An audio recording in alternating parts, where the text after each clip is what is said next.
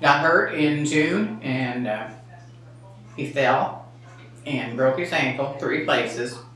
They tried to mend it and it didn't work because he's 82 and he has diabetes and his bones just did not heal. So they went in and tried to fix it.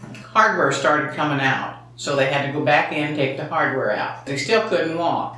So they finally went in and put a big piece of metal in it.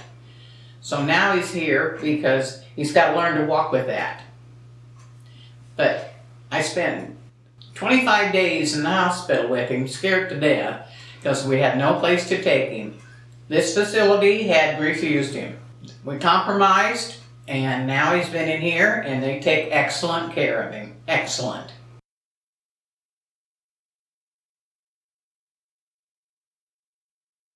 He has to have this high-priced medicine, but he has to have it once every 48 hours. And it has to be done in his chest. They put a catheter in his chest, so he had to go and have it with an IV.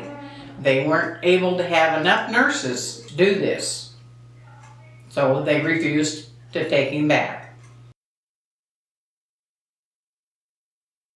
Okay. None wanted him. They couldn't get a room in Mount Pleasant. They couldn't get a room in Fort Madison, and they just couldn't find a place. So I just kept going in every day, and because I knew I couldn't lift him up or do anything with him, so we wanted to come back, but they said no, so we had to make a little compromise.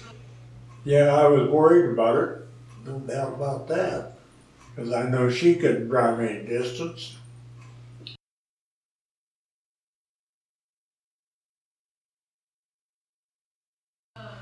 And they did everything they said they would. He got to every one of his appointments, but we spent 25 days and they didn't know what to do with him and we didn't know what to do. And I didn't know what the hospital would do, if they ever keep people or kick them out or what they do. Nobody would talk to me about it. But they kept saying they were trying to find a place, but didn't have any luck. I was devastated. We all were. I didn't sleep for 3 days and I could cry right now thinking about it. And then, knowing that they were scared and for 25 days and, what do you say? And I didn't know what the hospital was telling you and I tried to call you. Yeah. But that was we love Max and Carol. He is our patient and I am very possessive of that. And then to think of an IV for 6 weeks and this whole pandemic, I have a paper trail 3.5 years long of us trying to get staffing, nurses.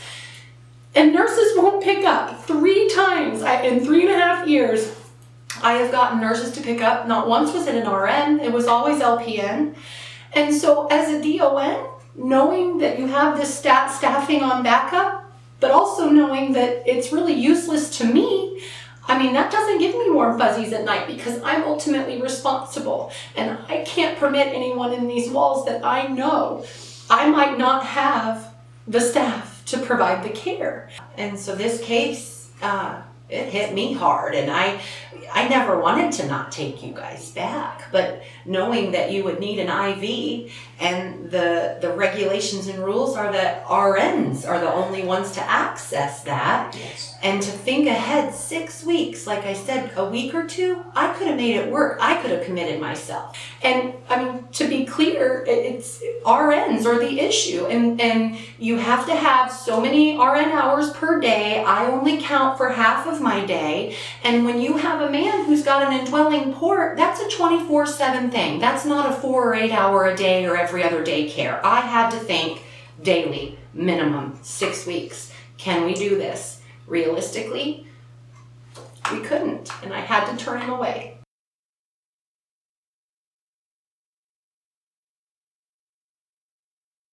Agency staff, when it comes to that, it's always been a struggle to get them here.